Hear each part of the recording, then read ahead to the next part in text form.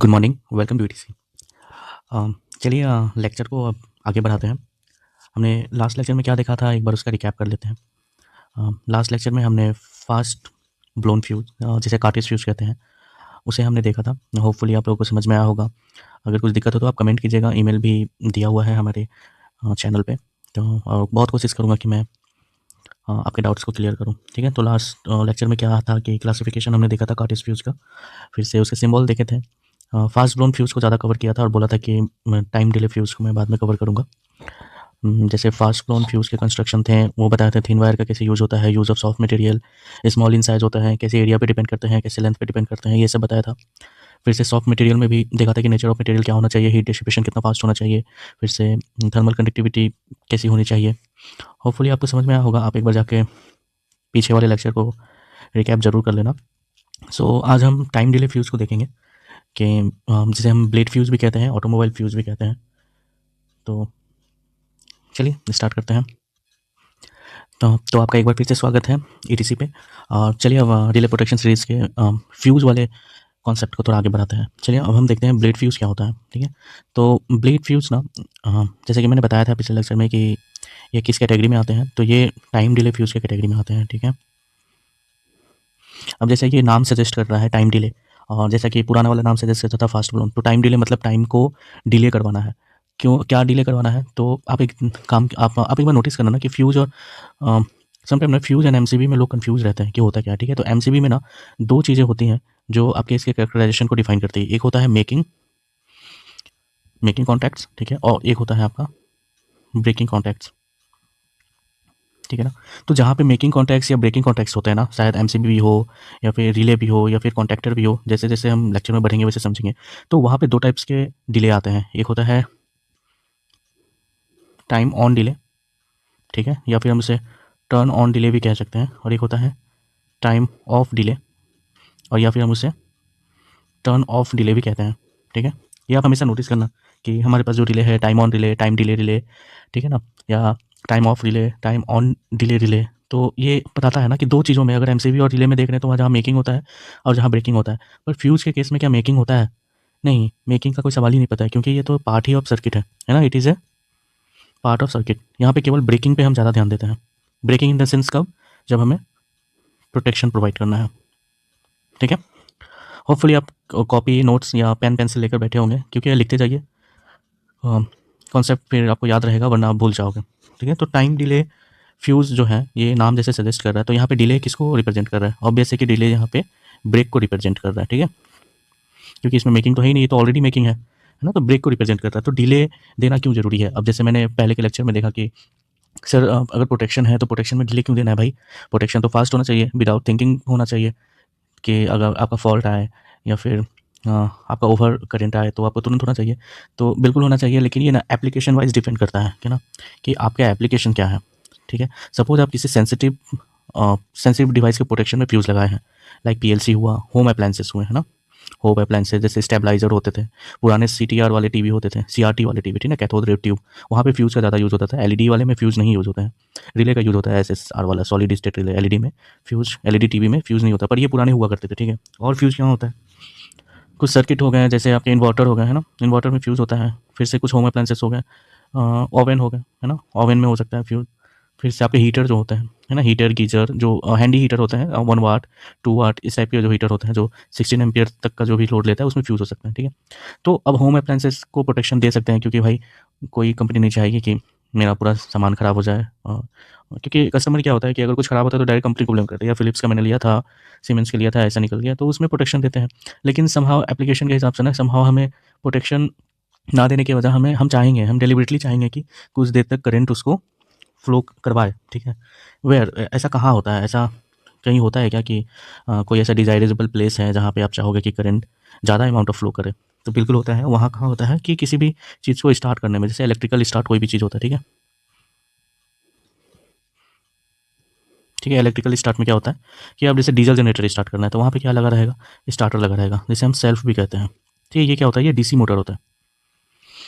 ठीक है, जब मोटर की सीरीज़ को बताऊंगा ना, तो आपको आप ना देख के ही पहचान जाओगे कि डीसी मोटर क्या होता है और एसी मोटर क्या होता है। कुछ कुछ चीज़ें हैं, जैसे मैं बता देता हूँ कि एक डीसी मोटर में जब फिंक्स बने होते हैं ना, जैसे कोई एसी मोटर है, इंडक्शन मोटर है, तो उसमें ना फिंक्स बने होते हैं। ये देखिए, ये लंबी लंबी धारियाँ रहेगी लोहे के, ठीक ना, इसे फिंक्स कहते हैं। तो ये जिसमें रहेगा वो एसी मोटर होता है, ठीक है। क्यों? क्योंकि इसमें एडी करंट का बचाने के लिए हम ना वो सेपरेट सेपरेट पत्तियाँ लगाते हैं, इसकी वजह से। और डीसी में जो होता है ना वो प्लेन होता है, वो मोटर ना, यहाँ पे कोई फिंक्स नहीं बने रहेंगे। मतलब जो फिंक्स ही बोलते हैं ना उस मछली के जो होते हैं पंखे, उस टाइप का। तो यहाँ पे ना ये प्लेन रहेगा ये वाला केस में। तो आप देखना डीसी मोटर में ये चीज़ें होती हैं। ये तो छोटे छोटे कॉन्सेप्ट बनाता रहता हूँ, दिमाग में आ जाता है तो मैं बता दे रहा हूँ आपको, पर कोई ज़रूरी नहीं है। देखिए, मैं हमेशा चाहता हूँ ना कि ऑफलाइन क्लासेस ना उसका कोई मुकाबला नहीं है। Offline classes is always better than anything. क्योंकि ऑनलाइन में क्या होता है ना, ये आजकल के वीडियो में क्या होता है कि लोग इंटरटेनिंग ज़्यादा बना देते हैं, एनिमेशंस वगैरह डाल देते हैं। तो ये एनिमेशंस डालना, इंटरटेनिंग बनाना, कलरफुल चीज़ें डालना, ये सब ना आपके आईक्यूज़ को घटा देता है। आई बिलीव कि ऐसा नहीं होना चाहिए। तो इसीलिए मैं जो आपको जो भी आपको मैं इंटरफेस दे रहा हूँ वीडियो का, वो काफ़ी प्लेन दे रहा हूँ, ताकि एटलीस्ट आप थिंक करें, सोचें। सोचने से क्या होगा कि आपके पास जो आप पढ़ रहे हो वो आपके साथ ही रहेगा, वरना ये भी खो जाएगा, ठीक है ना।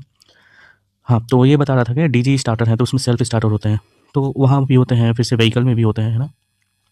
व्हीकल हुआ, फोर व्हीलर हुआ, टू व्हीलर हुआ, तो वहाँ भी स्टार्टर होते हैं। तो स्टार्टर क्या होता है, जब डीसी मोटर होता है ना, तो डीसी मोटर में ना इसकी एक खासियत होती है डीसी मोटर की, कि ये ना हाई टॉर्क प्रोड्यूस करते हैं, ठीक है। अब आप कभी जनरेटर, शायद ही आपने, अगर किसी ने देखा होगा, तो जो स्टूडेंट होंगे वो तो हार्डली कॉलेज में जनरेटर तो नहीं रखते हैं, मोटर ही रखते हैं। पर जो इंडस्ट्री में होंगे उन्होंने जनरेटर देखा होगा, या फिर आप कहीं मॉल के बाहर में जाओ या फिर किसी अपार्टमेंट में जाओ तो आप जाके देख लेना कि वो जनरेटर लगाते हैं। जनरली आप 100 केवीए या फिर 250 केवीए इस टाइप के आप देखोगे। तो अब जनरेटर को देखना है, उसमें दो पार्ट होते हैं, ठीक है। एक होता है आपका जनरेटर सेट, जो होता है आपका डीजल ड्रिवन इंजन, ठीक है, डीजल हो गया, गैस हो गया। और एक होता है आपका अल्टरनेटर पंप, ठीक है। तो ये जो डीजल ड्रिवन सिस्टम होता है ना, इसको, इसमें ना एक फ्लाई व्हील लगी होती है। फ्लाई व्हील को ना स्टार्टर क्या होता है, उस मूव करता है, सेल्फ स्टार्टर। ये जो डीसी मोटर है, ठीक है, इसे मैं ब्लैक से कर देता हूँ। ये जो डीसी है ना, सेल्फ स्टार्टर, ये इसको मूव करवाता है। तो फ्लाई व्हील का ना काफ़ी वेट होता है, लाइक 500 केजी, 100 केजी, 250 केवीए का अगर आप इंजन देख रहे हो ना, तो बहुत चांसेस है कि वो 500 केजी का आपका फ्लाई व्हील होगा। फुली मतलब कास्ट आयरन या फिर कास्ट आयरन का बना होता है, ठीक है ना। तो उसको ना आपको रेस्ट पोजीशन से अचानक से उसको उठाना है। तो एक छोटा सा स्टार्टर, फ्लाई व्हील के सामने ना स्टार्टर कुछ नहीं है। अगर फ्लाई व्हील को आप 10 नंबर देते हो ना, तो स्टार्टर का साइज़ आपका 0.5 होगा। तो इतना छोटा सा स्टार्टर जो डीसी मोटर होता है, वो इसको उठाता है, मतलब घुमाने का कोशिश करता है। तो इस अमाउंट ऑफ करंट प्रोड्यूस करने के लिए ना उसको करंट बहुत चाहिए, ठीक है। तो अगर एक छोटा सा स्टार्टर है ना, जैसे बहुत से स्टार्टर आते हैं, बॉश के आते हैं, लुकास का आता है, इंडिया में खासकर टीवीएस का आता है, ठीक है ना। तो एक मिनट, प्लेट चेंज कर देता हूँ मैं। हाँ, तो इस स्टार्टर को उठाने के लिए जो हाई टॉर्क प्रोड्यूस होता है, करंट भी उसी हिसाब से प्रोड्यूस होता है। तो ये छोटे से स्टार्टर ना, ये केवल आपके 12 वोल्ट बैटरी या 24 वोल्ट बैटरी के सेट से ना लगभग almost 70 to 90 ampere of current को ड्रॉ ऑन करते हैं। और स्टार्ट करने का ना एक समय होता है, जो भी हम स्टार्टर को जब स्टार्ट करते हैं, स्टार्ट ऑफ सेल्फ स्टार्टर, ठीक है, तो उसको हम ना एक टेक्निकल भाषा में क्रैंक कहते हैं। जैसे बोलते हैं क्रैंकिंग। क्रैंकिंग का टाइम क्या होना, जनरली 10 सेकंड तो मैं ज़्यादा बोल रहा हूँ। जनरली अगर कुछ लोचा नहीं है, कुछ अगर इशू नहीं है आपका इंजन में, तो जनरली 4 टू 7 सेकंड में आपके क्रैंक हो जाते हैं। अगर हार्डली ये ज़्यादा हो तो कह सकते हो आपके 6 टू 12 सेकंड तक क्रैंक हो सकते हैं। 12 सेकंड से ऊपर क्रैंक मैं नहीं देखा हूँ, या फिर देना भी नहीं चाहिए। ये खुद स्टार्टर को भी हार्म कर देगा, क्योंकि स्टार्टर के भी कोयल इतने अमाउंट ऑफ करंट 70 और 90 अमाउंट ऑफ करंट को हैंडल नहीं कर पाएंगे, ठीक है। तो अगर मान लीजिए हम इसमें फास्ट ब्लोन फ्यूज़ लगा देते हैं, हाँ, ठीक है, जो ब्लेड फ्यूज़ नहीं लगता है, हाँ, जो ब्लेड फ्यूज़ होता है वो ऑटोमोबाइल फ्यूज़ होता है, ठीक है, एटीएम जिसको बोलते हैं। तो ब्लेड फ्यूज़ नहीं लगता है, लेकिन अगर इसमें फास्ट ब्लोन लगा दें, ठीक है, मान लीजिए जैसे टीन का मटेरियल हम लगा दें उसमें, है ना, ये टीन है। टीन का मैंने क्या बोला था कि 200 से 250 डिग्री का आपका मेल्टिंग पॉइंट होता है। तो इसको अचीव करने में ना 6 एम्पियर या 4 एम्पियर काफ़ी है। ये तुरंत अचीव कर लेगा और 1 सेकंड, मिली सेकंड्स में भी ये ब्रेक हो जाएगा। लेकिन क्या आपको 4 सेकंड और 7 सेकंड तक आपको अगर उसको रोक के रखना है, तो क्या आप फास्ट ब्लोन का फ्यूज़ यूज़ कर पाएंगे? नहीं कर पाएंगे। तो वहाँ पे ना ये time delay type of fuse का हम यूज़ करते हैं, ठीक है, ताकि हम उसमें टाइम डिले प्रोवाइड कर सकें। कितना टाइम डिले प्रोवाइड कर सकें ये डिपेंड करता है, पर जनरली 6 से 7 सेकंड या फिर 10 सेकंड तक होता है, ठीक है। तो हम लोग स्टार्टर में अगर हम कभी मेंटेनेंस करते हैं ना, तो जैसे मेरा एक्सपीरियंस है कि हम फ्यूज़ ब्लोन होते बहुत देखते हैं। अगर डीजल इंजन में कुछ खराबी आ जाता है और अगर गैस इंजन में कुछ खराबी आ जाता है, क्रैंक सही से नहीं जाता है, तो हमारा ये बहुत एनकाउंटर होता है कि फ्यूज़ ब्लोन हो जाता है, ठीक है। क्योंकि फ्यूज़ ब्लोन हो जाता है, मतलब चलो एक तरह से प्रोटेक्शन हो गया, स्टार्टर कॉइल को भी प्रोटेक्शन मिल गया। तो इससे हमें पता चल जाता है कि हाँ, स्टार्टर मतलब इंजन में कुछ इशू है, वो जल्दी स्टार्ट नहीं हो रहा है। तो इस समय हम टाइम डिले फ्यूज़ को यूज़ करते हैं। तो ऑब्वियस है कि अगर ये टाइम डिले है, तो फास्ट डिले के हिसाब से उसके कुछ कंस्ट्रक्शन में डिफरेंस होंगे ही, कुछ मटेरियल कंपोजिशन में भी डिफरेंस होंगे। तो चलिए अब एक बार उसे देख लेते हैं कि टाइम डिले फ्यूज़ जो होता है, ब्लेड फ्यूज़ के कंस्ट्रक्शन क्या है, और ब्लेड फ्यूज़ क्यों कहलाता है। चलो इसके बारे में देख लेते हैं, ओके, चलिए। चलिए थोड़ा सा और डिटेल में ब्लेड फ्यूज़ को जानते हैं, ठीक है। तो ब्लेड फ्यूज़, पहला क्वेश्चन आपके मन में आया होगा कि सर कार्टेज फ्यूज़ कार्टेज क्यों कहलाता है, क्योंकि वो कार्टेज में फिक्स होता है ना। तो ब्लेड फ्यूज़ ब्लेड क्यों कहलाता है ना, ब्लेड फ्यूज़, ठीक है। तो why blade, you know what blade, इसका कोई डेफिनेशन नहीं है कि ब्लेड फ्यूज़ ब्लेड क्यों कहलाता है। आप इसके लुक पे कह सकते हो, ये जो पोर्शन होता है ना, ये जो आपका है, जैसे हम टेक्निकल भाषा में प्रॉन्ग्स कहते हैं, ठीक है।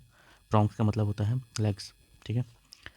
तो प्रॉन्ग्स जो है ना, इसके शेप को जो ऐसे ही वाले होते हैं ना, ऐसे ही सोसाइटी ऑफ ऑटोमोबाइल इंजीनियर्स, ठीक है, उन्होंने इसको ऐसा टर्म दिया है कि this look like a blade, ठीक है, this look like a blade. So उन्होंने कहा कि ये ब्लेड फ्यूज़ के कंडीशंस में आता है, ठीक है ना। तो इसके शेप होने का रीज़न ऐसा क्यों है, क्यों ऐसा शेप है, जैसे आप फ्यूचर क्या, मैं ही आपको बताऊंगा कि फ्यूज़ कैसे होते हैं। एक बोल्टेड होते हैं, ठीक है, एक होते हैं आपके नाइफ वाले होते हैं, एक हैच वाले होते हैं, ठीक है, एक होता है कार्टेज, ठीक है ना। तो कार्टेज का क्या होता है कि उसकी माउंटिंग करने के लिए जब जाते हैं तो वो कार्टेज केशिंग होता है ना, कार्टेज केसिंग, इस केसिंग के अंदर फिट कर देते हैं, ठीक है ना। तो ऑटोमोबाइल फ्यूज़ जो होते हैं ना, देखिए ऑटोमोबाइल में क्या खासियत होता है ना कि इसको इस टाइप से डिफ़ाइन किया गया, इस टाइप से डिज़ाइन किया हुआ है। कैसे मैं आपको समझाऊँ कि आपको ना कि इसको चेंज करने के लिए ना, हाँ, आपको कोई ज़्यादा टूल्स की ज़रूरत नहीं है, ठीक है ना। तो ऑटोमोबाइल जब भी डिज़ाइन होता है, जो व्हीकल डिज़ाइनिंग होती है, कुछ मैं इंटरेक्टिव वीडियोज़ भी देखा हूँ और कुछ लोगों से इंटरेक्ट भी किया हूँ जो कैड सॉफ्टवेयर पे डिज़ाइन करते हैं। तो उनसे उनका हमेशा से ये रहा है ना कि आपकी जो सर्किटरीज़ हैं या फिर जो हार्नेसेस होते हैं, उनको ऐसे डिज़ाइन करना, ऐसा डिज़ाइन ऐसे मतलब एस ऑफ सर्विस प्रोवाइड करते हैं या एस ऑफ कंपैटिबिलिटी प्रोवाइड करते हैं कि अगर वो ख़राब हो जाए ना तो आपको ज़्यादा सर्किटरीज़ के अंदर ना जाना पड़े, है ना। इसलिए आपने पिछले वाले मेरे लेक्चर में देखा होगा कि ब्लेड फ्यूज़ को लगाने के लिए एक फ्यूज़ होल्डर बना रहता है, ठीक है। उसमें आपके क्या होते हैं, 2 क्रिम्स टर्मिनल्स लगे होते हैं और उसमें वो जाके ये वाला ब्लेड इसमें फिक्स हो जाएगा, ठीक है। तो फिक्स हो जाने के कारण क्या होता है ना कि ये थोड़ा स्टेबिलिटी भी प्रोवाइड करता है और इसको चेंज करने में कोई बड़े बोल्ट या स्क्रू ड्राइवर की ज़रूरत नहीं पड़ती है। तो ये डिज़ाइन के पीछे यही रीज़न है कि इन फ्यूचर आपका कुछ चेंज हो जाए तो मतलब कुछ ख़राब हो जाए तो आप इसे तुरंत चेंज कर देना, ठीक है। अगर आपको ये समझ में ना आया हो, मैं अपने पूरा कोशिश किया हूँ कि आप ये समझ जाओ, पर भी आपको समझ में नहीं आया हो तो होपफुली आप सबके यहाँ घर होंगे, ठीक है। तो पुराने घर बने होंगे 2000 के हिसाब से या फिर 90s में जो बने होंगे, लेकिन आजकल के जो हाउस डिज़ाइन होते हैं ना, जो भी मॉडर्न हाउस डिज़ाइन होते हैं, तो लाइक जैसे ये मॉडर्न हाउस है तो इसके जो आपके ड्रेनेज है ना, ये बाहर से डिज़ाइन होते हैं, ठीक है। ऐसे मैंने देखा है, मतलब मैं आपको एनालॉजी बता रहा हूँ, क्या पता आप लोगों ने भी ऐसा बनाया हो। तो ड्रेनेज बाहर से इसलिए डिज़ाइन होते हैं कि कभी आपके जो आउटर वॉल है ना उसी पे इफेक्ट हो, अगर सीलन हो या फिर लीकेज हो या फिर कोई चोक हो जाए तो आप बाहर ही बाहर उसको रिपेयर कर सको, ठीक है ना। तो ऐसा ना हो कि आपको दीवार को डैमेज करना पड़े, दीवार को उसको प्लास्टर निकालना पड़े पाइप निकालने के लिए। तो इस टाइप का कोशिश किया जाता है कि आपका घर हो तो आउटर वॉल से कोई पाइप आया, यहाँ पे आपका टैप बन गया, यहाँ पे आपका बकेट है, तो अगर कुछ दिक्कत हो तो आप घर के बाहर ही रिपेयर करवा लो, ठीक है। अब मान लीजिए अंदर से यहाँ से आया और यहाँ पे अगर टैप रहेगा तो अगर इस पोर्शन में अगर डैमेज होगा तो फिर आपको यहाँ पे ब्रेक करना पड़ेगा। तो उसी टाइप के ना फ्यूज़ होल्डर्स को भी इसी टाइप को बनाते हैं कि अगर आपको कुछ दिक्कत हो तो आप बॉनेट खोलो, बॉनेट से ये फ्यूज़ निकाल के ये कर दो। अगर आप बाइक चला रहे हो तो बाइक खोलो, तो बाइक के आपके बैटरी कवर को खोलो और वहाँ से तुरंत फ्यूज़ निकाल दो। तो इसके पीछे यही रीज़न है और कुछ ज़्यादा सोचने की बात नहीं है कि ब्लेड क्यों है, इसका शेप क्यों है। ये काफ़ी एस ऑफ कंपेटिबिलिटी प्रोवाइड करता है, S of replacement, S of use, S of application, इसकी वजह से इसका शेप ऐसे है। तो आप कह सकते हैं कि समहाउ क्वेश्चन कि ये ब्लेड क्यों कहलाता है, तो आपका आंसर ये होना चाहिए कि ऐसे ही जो सोसाइटी है, जो आपके सोसाइटी ऑफ ऑटोमोबाइल इंजीनियर, उन्होंने इसको ब्लेड का नाम क्लासिफाई किया है। अब उन्होंने क्या सोचा है क्या पता, लेकिन कोई बड़ा लॉजिक या रॉकेट साइंस नहीं है। तो इस टाइप के जो भी आपके ब्लेड है ना, इस टाइप के जो भी आपके फ्यूज़ हैं जिसमें 2 प्रॉन्ग्स जो लेग निकले होंगे, उस टाइप को आप ब्लेड फ्यूज कहेंगे, ठीक है। ध्यान दीजिएगा, होपफुली आपको समझ में आया होगा। कुछ दिक्कत हो तो आप बताइएगा। ऑनलाइन क्लास में यही होता है कि यार कोई क्रॉस क्वेश्चन सामने नहीं करता है, तो एक फ्लो में जो बोल रहा हूँ। फिर भी आई होपफुली कि मैं बहुत कोशिश करता हूँ कि आप लोग जहाँ कहीं भी हो, इंडिया के कोना में या फिर बाहर के देशों में, अच्छे से समझें, अच्छे टेक्नीशियंस बने, ठीक है। तो चलिए अब इसको हम देखते हैं कि क्या रीज़न क्या है। ब्लेड तो हो गया, ब्लेड क्यों कहते हैं, लेकिन ऐसा क्या है इसमें जो ये टाइम डिले प्रोवाइड करता है, ठीक है ना। तो इसके कॉम्पोजिशंस और क्या कहते हैं मटेरियल स्ट्रक्चर पे डिपेंड करता है। लेकिन इससे पहले ना मैं आपको बताना चाहूँगा कि ब्लेड फ्यूज़ कितने टाइप के होते हैं,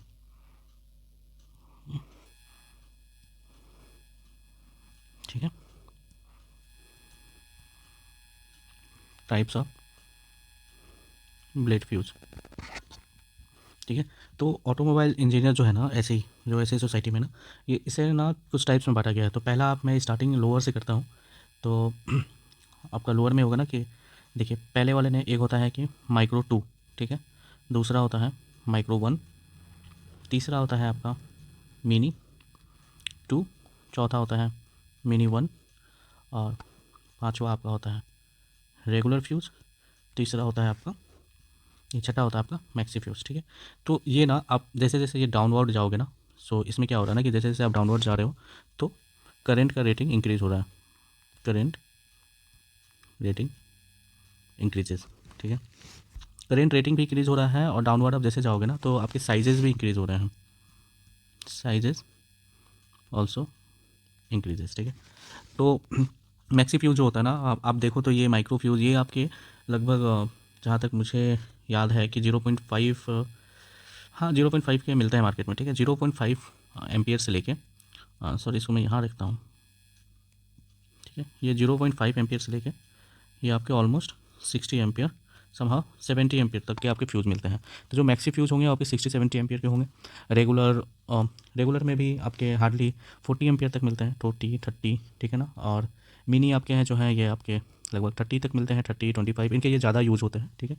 और माइक्रो 2 में आपके इसके भी 30 मिलते हैं, 20 मिलते हैं। खैर ये एम्परेज रेटिंग से ज़्यादा इंपॉर्टेंट होता है ना, इसके डायमेंशंस पे ये ज़्यादा बिकते हैं, ठीक है। क्योंकि सेम मैन्युफैक्चरर के कार, चाहे आप इंडिया के कोई भी व्हीकल ले लो, जैसे महिंद्रा ले लो, टोयोटा ले लो, होंडा ले लो, तो वो सेम मैन्युफैक्चरर्स के ना वो वेरी करते हैं कि वो अपने स्पेस के कांस्टेंट के हिसाब से क्या यूज़ कर रहे हैं। समहाउ वो मिनी का भी यूज़ कर लेते हैं, माइक्रो का भी यूज़ कर लेते हैं।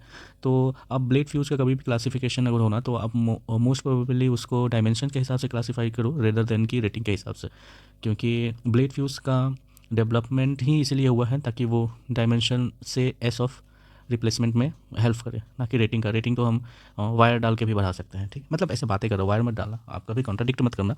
पर मैं कहना चाहता हूँ ना कि ब्लेड फ्यूज़ मोस्ट प्रिफरेबल होते हैं उसके डायमेंशंस पे रेदर देन की रेटिंग पे। तो ये एकदम फिक्स नहीं है कि मैक्सी फ्यूज़ अगर रेगुलर फ्यूज़ अगर 30-40 एम्पियर का मिल रहा है तो मिनी और माइक्रो ना मिलेंगे, लेकिन डायमेंशंस अलग होंगे, ठीक है। चलिए और एक चीज़ बता देता हूँ आपको कि जैसे मार्केट में आपको इस पे तो आपको मिलेगा कि आप जैसे मार्केट में खरीदने जाओगे तो कहोगे मैक्सी फ्यूज़ दो, रेगुलर फ्यूज़ दो, तो हार्डली वो लोग समझेंगे। पर आप कह सकते हो मैक्सी रेगुलर तो मैक्सिमम लोग समझ जाएगा, मिनी और मिनी टू का इसका ज़्यादा यूज़ नहीं होता है और कम ही यूज़ होता है। पर ज़्यादातर आप मार्केट में जाओगे तो फ्यूज़ रेटिंग के हिसाब से ही लोगे, ठीक है। जैसे 60 एम्पियर चाहिए, 40 एम्पियर चाहिए, छोटा वाला चाहिए, बड़ा वाला चाहिए, ऐसे ही वो पूछते हैं, ऐसे ही आपको लेना पड़ेगा। लोकल मार्केट में ज़्यादा टेक्निकल पर्सन बैठते नहीं हैं, उनको तो सामान बेचना है। हाँ, पर आप जाओगे उनको सैंपल दिखाओगे तो वो ज़रूरत के हिसाब से आपको वो चीज़ें मिल ही जाएगा, ठीक है। चलिए ये तो हो गया कि टाइप्स ऑफ ब्लेड फ्यूज़ क्या क्या नाम होता है। अब इसमें भी कलर कोडिंग आते हैं कि डिफरेंट डिफरेंट कलर में डिफरेंट मिलेगा। जैसे मैक्सी जनरली 60-40 एम्पियर जो होते हैं वो आपके ऑरेंज कलर के होते हैं। खैर वो मैं बताऊंगा, इसके दूसरे स्लाइड में बताऊंगा। इससे पहले ना आपको मैं ग्रुपिंग बता देता हूँ कि ग्रुपिंग इसी में बता दूँ क्या, इसी में बता देता हूँ मैं। कलर थोड़ा कलर चेंज कर देता हूँ, ठीक है। हम्म, ठीक है, मैं ब्लू से बता देता हूँ। जो ब्लेड जो होते हैं ना वो भी ग्रुप में होता है, लेकिन समटाइम आप जैसे पाओगे ATC, ठीक है, ATO। तो यहाँ पे AT स्टैंड करता है ऑटोमोबाइल, ठीक है। और C होता है क्लोज्ड केस, ठीक है। एक केस वाले भी होते हैं, एक होते हैं ऑटोमोबाइल। O से स्टैंड करता है ओपन, ठीक है। ओपन मतलब ना कि आप देखना कोई भी व्हीकल के हार्नेस जो होते हैं ना उसमें जो स्टार्टर होता है ना, स्टार्टर के सामने वाला वो हमेशा ओपन यूज़ होता है, ATO यूज़ होता है, क्योंकि उसमें आपको फ्यूज़ तुरंत लगाना है, फ्यूज़ लगा के स्टार्टर सर्किट को कंप्लीट करना है, उसमें की केसिंग नहीं रहता है। पर अगर मान लीजिए कोई सेंसर है, ठीक है, जैसे वाइपर है ना, फॉग लाइट सेंसर है, या फिर बैक लाइट वाले हैं, ठीक है, या फिर टच सेंसर है। जैसे आप दरवाज़ा खोलोगे तो दरवाज़ा, जैसे आप दरवाजे के सामने की लेके जाते हो तो दरवाज़ा आपको सेंस कर लेता है और खुल जाता है। तो उस केसों में ना, उस केस में ATC का यूज़ करते हैं। वो केसिंग वाले होते हैं क्योंकि इनको ना इन्वायरमेंटल प्रोटेक्शन भी प्रोवाइड करने की ज़रूरत होती है। तो ATC और ATO इन दोनों में डिफरेंस फ्यूज़ के स्ट्रक्चर को लेकर डिफरेंस नहीं होता है, बल्कि इनको किस तरह माउंट किया जाता है उसके हिसाब से डिफरेंस होता है, ठीक है ना। माउंटिंग पे डिफरेंस होता है, ठीक है। लेकिन तो मैं अपने एक्सपीरियंस से बता रहा हूँ, मेरे को कोई टेक्निकल डाटा ऐसा नहीं मिला है कि उसमें कुछ डिफरेंस हो। मैंने ATO के 40 एम्पियर को भी हाथ में लिखा है और ATC को 40 एम्पियर को भी हाथ में लेकर देखा है, दोनों में कोई डिफरेंस नहीं आता है।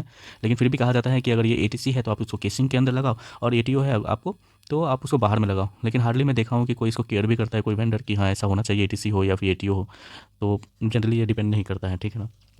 तो चलिए मैं ब्लेड की ग्रुपिंग कर देता हूँ, क्योंकि संभव आप कभी कभी खरीदोगे ना तो ब्लेड पे तो कुछ नहीं लिखा रहता है, लेकिन ब्लेड के जो डब्बा होता है ना जिसको आप अनबॉक्स करोगे उसमें लिखा रहेगा, ये सब ग्रुपिंग लिखे रहेंगे, ATC, ATO, ठीक है, ATR, ATL, ऐसे करके लिखा रहेगा। तो खैर इसको मैं डिलीट कर देता हूँ। होपफुली आप लोग नोट कर लिए होगे, नोट कर लेना, ज़रूरी है नोट करना, क्योंकि भूल जाओगे फिर फ़ायदा क्या होगा आप लोगों को पढ़ने से, ठीक है ना। तो ओके, नेट में डिलीट, स्टॉप डिलीटिंग हो रहा है, ठीक है। तो मैक्सी ग्रुप को ना हम लोग ग्रुपिंग करते हैं, जैसे मैक्सी में जैसे ATX में ग्रुपिंग करेंगे या ए पी एक्स में ग्रुप करेंगे या ए एक्स ग्रुप में करेंगे, ठीक है। एक्स जो लास्ट वाला वर्ड होता है ना वो मैक्सी का एक्स है, ठीक है।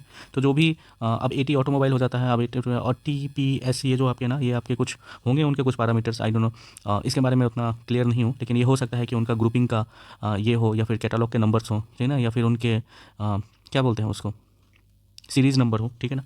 तो अगर ए टी एक्स है तो A for automobile, T for the series number और एक्स आपका मैक्सी ग्रुप को दिखाएगा, ठीक है। तो उसी तरह रेगुलर में भी ए टी आर होंगे, ए पी आर होंगे और ए एस आर होंगे, ठीक है। तो ये आपको आर को रेगुलर दिखाता है। तो उसी तरह आपका मिनी में ए टी एम आ जाएगा, ठीक है, ए टी एम वन आ जाएगा, ए टी एम टू आ जाएगा। तो ये सब आपके डिब्बे पे लिखा था, आप समझ जाना कि ये मिनी है यार, ठीक है ना। और ठीक है, और माइक्रो में आपके जैसे A T M C R हो जाएंगे, ठीक है, A T M C X हो जाएंगे, ए टी एम सी ओ हो जाएंगे, इस टाइप के होंगे तो वो आपको माइक्रो हो जाएंगे, ठीक है ना। तो ये ग्रुपिंग है। ये ग्रुपिंग आपको फ्यूज़ पे देखने पे नहीं मिलेगा। फ्यूज़ के रेट बॉक्स में आपको केवल उसके डायमेंशंस मिलते हैं, करंट मिलते हैं और आपके वोल्टेज मिलते हैं, ठीक है। ये आपको ग्रुपिंग नहीं मिलेंगे, पर जान लीजिए ऐसा एज़ पर नॉलेज कि इस ग्रुप में किया जाता है। खासकर आपको ज़्यादा इंपॉर्टेंट रहेगा ए टी सी और ए टी एम और आपके ए टी ओ, ठीक है। यही आपके ग्रुप में होंगे, बाकी ये सब चीज़ें इंपॉर्टेंट नहीं करते हैं, ठीक है। तो होपफुली आपको समझ में आया होगा कि माइक्रो सबसे छोटा है, माइक्रो टू, माइक्रो वन उससे बड़ा है, मिनी उससे माइक्रो वाले से बड़े हैं लेकिन मिनी वन से छोटा है, और मिनी वन जो है आपका रेगुलर वाले से छोटे हैं और रेगुलर वाले जो है वो आपके मैक्सी वाले से छोटे हैं। तो मैंने जैसे बताया था 0.5 से लेकर 60 और 70 एम्पियर तक के रेंज में ये वेरी करते हैं, ठीक है ना। होपफुली आपको समझ आ गया होगा। अब डायमेंशंस अगर आप जानना चाहते हो तो जान सकते हो डायमेंशंस, ऐसा कोई बड़ा बात है नहीं, लेकिन मुझे नहीं लगता है कि वो टेक्निकल चीज़ों में इतना इंपॉर्टेंट है, खासकर इलेक्ट्रिकल ऑटोमेशंस में। फिर भी आप थोड़ा बहुत मैं आपको इसमें ही बता देता हूँ, ठीक है, ज़्यादा लगाने की क्या ज़रूरत है। ओके, जैसे मुझे जहाँ तक याद है, डायमेंशन ज़्यादा याद नहीं है, फिर भी मैं बता देता हूँ कि आपके जो विद होते हैं ना, जो प्रॉन्ग्स के विद होते हैं, है ना, ये अगर आपके फ्यूज़ हैं तो ये जो प्रॉन्ग्स है ना, इसके बीच पे जो डायमेंशंस होता है ना उसको मैं बताने की कोशिश करता हूँ। जैसे आपको मैं पिछले लेक्चर्स में बताया था ना, वो रिले वाले में, रिले के प्रॉन्ग्स, जो रिले को सीरीज़ 2 वाला लेक्चर है उसमें देखना, उसमें बताया था कि ये 4.2 mm के होते हैं, 6.2 mm के होते हैं। तो उसी हिसाब से ना ये प्रॉन्ग्स के जो डायमेंशंस है, इसका विद, खासकर विद, इस पे ना इसकी रेटिंग डिफाइन होती है, ठीक है। तो अगर देख लीजिए आप, ये कॉमन सेंस का बात है ना कि अगर ज़्यादा एम्पियर को ले रहा है तो ऑब्वियस है कि वो ज़्यादा विद का होगा, उसके सरफेस एरिया ज़्यादा होंगे, है ना। तो उसमें ये जो आपके डायमेंशन है ना विद, इसका कितना डायमेंशन होता है, ये मैक्सी का कम से कम 8.5 होता है, 8.5 mm का, ठीक है। तो और रेगुलर वाले मान लीजिए रेगुलर में 40-30 आ रहा है तो उसके डायमेंशन से थोड़े कम होंगे, है ना। तो ये वाले कितने होते हैं रेगुलर वाले का, ये 5.1 mm का होता है, ठीक है। अब मिनी जो है उसके डायमेंशन थोड़े कम होंगे, तो उसके ये जो प्रॉन्ग्स है उसके क्या इतने डायमेंशन होते हैं, वो 3.6 होता है, ठीक है। उसमें कौन से वाले का, सिर्फ मिनी वाले का, ठीक है। एक आप mini, actually mini one, mini to का होता है, ठीक है। मिनी वन का आपका 3.8 समथिंग या ऐसे ही है। खैर मेरे को उसे ज़्यादा लेना देना नहीं है, मैं ज़्यादातर रेगुलर वाले आपका जो 4.2 है ना, माइक्रो थ्री, माइक्रो टू वाले, या फिर जो 4.2 होते हैं और रेगुलर, ठीक है। और रेगुलर वाले जो आपके कितने होते हैं रेगुलर वाले का, ये बताया था ना आपको 5.1, ठीक है। यहाँ पे मैंने लिखा 5.1, ठीक है ना। तो ये दोनों ज़्यादा आपको मार्केट में मिलेंगे, 4.2 mm वाले और 5.1 mm वाले, इसी का ज़्यादा यूज़ होता है जितने भी व्हीकल होते हैं, क्योंकि व्हीकल में इतना ज़्यादा, छोटे छोटे व्हीकल में इतने ज़्यादा एम्पियर की ज़रूरत नहीं होती है, बड़े बड़े डीजल जनरेटर में ज़रूरत होता है, जैसे 500 kVA का, तो वहाँ पे मैक्सी फ्यूज़ आपको मिलेंगे। पर ज़्यादातर आपको रेगुलर और माइक्रो में काम हो जाता है, मिनी का कम यूज़ होता है, रेगुलर और माइक्रो। तो 4.2 mm का, जैसे मैंने आपको पिछले बार ही बताया था ना कि DIN का स्टैंडर्ड में ना जो रिले होते हैं ना, उसी के साइज़ के आपके फ्यूज़ के भी होते हैं। तो अगर 4.2 आपके रिले के जो टर्मिनल है उसके विद होते हैं ना, तो फ्यूज़ ऑलमोस्ट उसी के बराबर होता है, या फिर उससे कम होगा तो 5.1 या फिर 3.6 वाले होंगे, ठीक है ना। देख लेना, ये एकदम इंपॉर्टेंट चीज़ नहीं है, बस मैं आपको बता दे रहा हूँ। अब बोलोगे सर आपको ये कहाँ से पता चला, तो ये कैटलॉग्स वगैरह में लिखे रहते हैं। जैसे मैं फ्यूज़ खरीदा हूँ तो फ्यूज़ के साथ कैटलॉग्स मिलते हैं, तो उसमें लिखे रहते हैं ऐसे ऐसे होते हैं, पर ये ज़्यादा इंपॉर्टेंट नहीं है। इंपॉर्टेंट केवल है रेटिंग क्या है, और ये भी इंपॉर्टेंट नहीं है कि कलर कोडिंग क्या है, क्योंकि आप जब कलर कोडिंग समझोगे ना तो उसमें क्या कन्फ्यूज़न आ जाता है ना कि कलर कोडिंग, ठीक है। इसमें क्या दिक्कत होता है ना कि आपके बहुत से सोसाइटी है, ऐसे ही है, नेमा वाले हैं, ठीक है, DIN वाले हैं, क्योंकि DIN भी तो ऑटोमोबाइल के सेक्टर में ही आपके फ्यूज़ और रिलेज बनाती हैं। तो ये सब अपने अपने कलर्स लगा के रखे हैं। कोई ऑरेंज दे देगा 60 एम्पियर में, कोई एम्बर दे देगा 60 एम्पियर में, ठीक है, कोई लाइट ग्रीन, लाइट येलो दे देगा 60 एम्पियर में। तो उसमें तो बहुत कन्फ्यूजन क्रिएट हो जाएगा। तो इसीलिए वैसे में आप चार्ट चाहो तो आप गूगल पर जाकर चार्ट देख लेना, लेकिन बहुत चांसेस हैं कि आप ये ना देखो, क्या बोलते हैं, कलर कोडिंग ना देखो, इसमें कन्फ्यूजन हो जाएगा। क्या आप हमेशा श्योरिटी रहना कि एम्पियर रेटिंग पे जाके आपने हमेशा श्योर रहना, ठीक है। वैसा ना हो कि सर ने बताया था कि ऑरेंज कलर वाला जो होता है वो 60 एम्पियर का होता है, तो आप मार्केट जाके ऑरेंज कलर लेकर आ गए, लेकिन आपने ये नहीं देखा कि उसमें एम्पियरेज कितना है, ठीक है ना। तो ये भी चीज़ें हैं, कलर कोडिंग इंपॉर्टेंट नहीं है। कलर कोडिंग फिर भी मैं अगर बता देता हूँ, थोड़ा बहुत आप जान लो। तो आप ना एक चीज़ आप ध्यान देना कि चलो नेक्स्ट स्लाइड में ही आपको बताता हूँ इसको, ठीक है ना। कि जैसे मैंने आपको बताया था ना यहाँ पे कि micro one, mini to, mini one, regular, maxi, तो ये सारे ग्रुप जो है ना उसमें भी एटीओ, एटीसी, इन सब चीज़ों में अलग अलग कलर कोडिंग आती है। तो आप कितना याद करोगे, क्या ज़रूरत है। मैक्सी में भी 6 कलर के आएंगे। मैक्सी में 40 एम्पियर वाला ये कलर रहेगा, 50 का वो रहेगा, 65 का वो रहेगा, माइक्रो में अलग रहेंगे। तो याद करने का क्या ज़रूरत है, फिर भी मैं थोड़ा बहुत आपको बता देता हूँ। तो रेगुलर फ्यूज़ का बताता हूँ, जिसको हम लोग स्टैंडर्ड फ्यूज़ भी बोलते हैं, ठीक है। रेगुलर फ्यूज़, ठीक है। तो आप मार्केट में ना रेगुलर कम ही जानेंगे, लोग बोलेंगे कि स्टैंडर्ड साइज़ फ्यूज़ दीजिए, ठीक है, स्टैंडर्ड साइज़ फ्यूज़, ठीक है। तो इसका आपका मतलब कलर कोडिंग क्या होता है। आपको बहुत सी सीरीज आते हैं, बहुत सी कंपनी आती है, बॉश के आते हैं, ठीक है, बॉस के आते हैं, लुकास के आते हैं, टीवीएस के आते हैं। तो सबका अपना अपना अलग है, आप मतलब पागल हो जाओगे, कंफ्यूज बहुत रहोगे। फिर भी मैं इसका स्टैंडर्ड बता देता हूँ जो मेरा एक्सपीरियंस है। जो आपका पिंक कलर होता है ना, वो आपका 3 एम्पियर का होता है। ऑरेंज कलर जो होता है आपका 5 एम्पियर का होता है, ठीक है। और ब्राउन कलर जो होता है ना वो आपका 7.5 एम्पियर का होता है। और रेड कलर जो होता है आपका वो 10 एम्पियर का होता है। और ब्लू कलर जो होता है वो आपका 15 एम्पियर का होता है। और येलो कलर जो होता है वो आपका 20 एम्पियर का होता है। और एक और क्या होता है जो क्या बोलते हैं उसको, ऑफ वाइट है ना, या फिर सिल्वर, या फिर मेटेलिक, ठीक है, वाइट मेटेलिक, या फिर समहाउ हम लोग इसको न्यूट्रल भी बोलते हैं, न्यूट्रल कलर, ठीक है। न्यूट्रल कलर जो होता है ब्लैक होता है, पर in colour sense of neutral colour को ऑफ वाइट को न्यूट्रल कलर बोलते हैं, ठीक है। तो मतलब अगर वाइट होगा या फिर क्लियर कलर होगा, इसे क्लियर भी बोलते हैं, तो उसका आपका 25 एम्पियर होगा। और अगर ग्रीन होगा तो उसका 30 एम्पियर होगा। और अगर ये उसको क्या बोलते हैं यार, रुको, एक होता है ना कि एम्बर कलर 40 एम्पियर का होता है, ठीक है। एम्बर मतलब जो येलो में ना थोड़ा सा वाइटिस डाल दो आप उसको, तो जैसे वार्म गोल्डन येलो, इसको एम्बर बोलते हैं, ठीक है, वार्म येलो कलर, ठीक है। जैसे मैं अगर कलर सीरीज बताऊंगा ना, तो ये वाला कलर जो है ना, ये वाला पोर्शन देखो, जैसे मैं बताना चाहूँगा आपको, ये वाला पोर्शन, अरे ये आ क्यों नहीं रहा है, ये वाला पोर्शन एम्बर हो गया, ठीक है, आपको दिख रहा है ना। और ये आपका ग्रीन हो गया, ठीक है। क्लियर कलर भी आपको बता देता हूँ, ये वाला क्लियर कलर हो गया, ठीक है। दिख रहा है आपको, नहीं दिख रहा होगा क्योंकि वाइट सी होता है। और येलो में आपके येलो होंगे, ठीक है, जैसे येलो कलर है। तो ये एम्बर जो है ना, ये वाले कलर आपके ज़्यादा मतलब यूज़ होते हैं 40 एम्पियर में। ये मैक्सिमम आपका महिंद्रा हो, टोयोटा हो, या फिर होंडा हो, या फिर छोटे मोटे जो डीजल जनरेटर हैं जो आपके 100 kVA के हैं, ठीक है, 250 kVA के हैं, वो उसमें हार्डली 40 एम्पियर से ज़्यादा का नहीं लगता है, मैं गारंटी के साथ बोलता हूँ आपको, ठीक है। तो ये चीज़ें हैं, कलर कोडिंग समझना देख लो आप कितना ईजी है। तो इस पर आप ज़्यादा ध्यान नहीं देना, हमेशा बैकअप तैयार रखना कि आपको फ्यूज़ लेते समय उसका रेटिंग देखना है, ठीक है। चलिए अब नेक्स्ट स्लाइड में हम क्या देखते हैं, अब हम देखते हैं कि फ्यूज़ का वो कंस्ट्रक्शन और डिकम्पोजिशन हम अब देखेंगे, वो बहुत डिटेल वाला है तो थोड़ा बड़ा भी जाएगा, लेकिन और ठीक है। और आपको एक चीज़ बता देना चाहता हूँ कि फ्यूज़ खरीदने से पहले क्या क्या चीज़ें आपको नोटिस करना होता है कि उसके नेम प्लेट रेटिंग क्या क्या होते हैं। नेम प्लेट रेटिंग में एक होगा आपका कलर होंगे, ठीक है, कलर तो आपको लिखे रहेंगे। दूसरा आपको वोल्टेज रहेंगे, ठीक है। तीसरा आपका उसमें क्या रहेगा, देखिए मेरा राइटिंग थोड़ा ख़राब है, ठीक है, आप कोशिश करके आप खुद से डाउन करते रहिएगा, फिर भी मैं समझा देता हूँ यार। कलर, वोल्टेज, टाइप, सीरीज, ठीक है, नेम प्लेट में है ना। तो ये चीज़ें रहती हैं। तो देखिए, और हाँ एक चीज़ तो भूल ही गया, मोस्ट इंपॉर्टेंट, करंट, ठीक है। ये चीज़ें तो सब समझ में आता है, ठीक है, लेकिन वोल्टेज का रेटिंग क्यों देना ज़रूरी है, ये बहुत ही कॉन्सेप्चुअल चीज़ होता है कि भाई वोल्टेज से क्या लेना देना है। जब वोल्टेज देखिए, अगर मान लीजिए कि कोई फ्यूज़ है, तो फ्यूज़ अगर एक सर्किट कंप्लीट कर रहा है ना, तो मान लीजिए ए पॉइंट है, ये बी पॉइंट है, ठीक है। तो अगर यहाँ से अगर वो चीज़ें यहाँ पे कंप्लीट कर रही है ना, तो ऑब्वियस है कि ये शॉर्ट सर्किट है। तो शॉर्ट सर्किट के केस में वोल्टेज तो जीरो होता है। तो जब वोल्टेज जीरो है तो फिर हम वोल्टेज रेटिंग क्यों दे रहे हैं, उसके पीछे कुछ रीज़न होना चाहिए ना। हमेशा एडवाइस किया जाता है कि 230 वाले वोल्ट एसी जो है, या उसको कभी भी आप 415 वोल्ट एसी वाले की जगह यूज़ नहीं कर सकते हो। तो इसके पीछे भी बहुत रीज़न है। फिर से डीसी एसी में क्या डिफरेंसेस हैं वो भी हैं। तो ये सब अभी बहुत बड़ा लेक्चर हो जाएगा, इसको हम आपको नेक्स्ट लेक्चर में बताएंगे। तो जल्द ही बताएंगे। एक्चुअली मेरा ना तबियत ख़राब था, इसलिए इसी वजह से ना मैं लेक्चर सही से डाल नहीं पा रहा हूँ। खांसी था तो मैं बोलूँगा कैसे। तो देख लेते हैं कि नेक्स्ट लेक्चर में हम लोग करेंगे क्या। नेक्स्ट लेक्चर में हम लोग नेम प्लेट, दूसरा कंस्ट्रक्शन एंड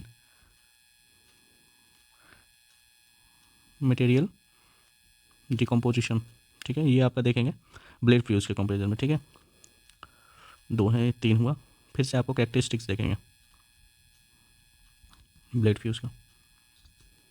ठीक है, तो मिलते हैं नेक्स्ट लेक्चर में, उसे मैं जल्दी डाल दूँगा, बहुत कोशिश रहेगा मेरा।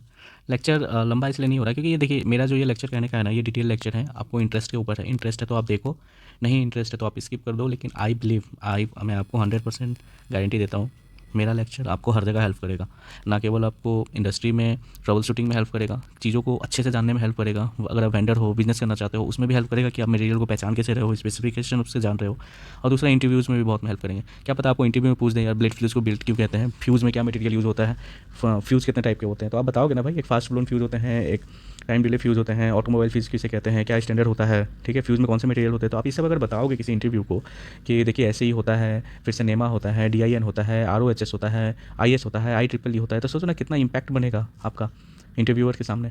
ये मैं ये सब चीज़ें नहीं जानता था इंजीनियरिंग एक्सपीरियंस होने से पहले। इंजीनियरिंग में गया, फिर से मैं इंडस्ट्री एक्सपोजर हुआ मेरे को, तो मेरे को ये चीज़ें आया। अगर मैं किसी फ्रेशर को लूँ, 20-22 साल के बच्चे को अगर लूँ इंटरव्यू और उनसे ये सब एक्सपेक्ट करूँ, तो ये मेरी गलती है। लेकिन अगर वो सामने से ये सब चीज़ें बता रहा है तो सोचो कितना इंप्रेसिव होगा। किसे बोलेंगे इंटरव्यू में, उसको लेंगे या फिर उसको लेंगे जो किताबी नॉलेज लेकर आया है।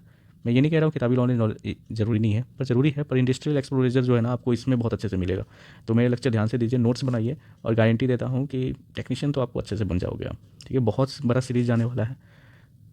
हर चीज़ जानोगे आप, ड्राइंग जानोगे, सब कुछ जानोगे आप। धीरे धीरे लगे रहो, प्रोटेक्शन जानोगे, फिर उसके बाद अभी PLC बाकी है, RTO बाकी है, हर चीज़ आपको समझाया जाएगा। ठीक है, तो होपफुली मिलते हैं नेक्स्ट वीडियो में, तब तक के लिए बाय और टेक केयर।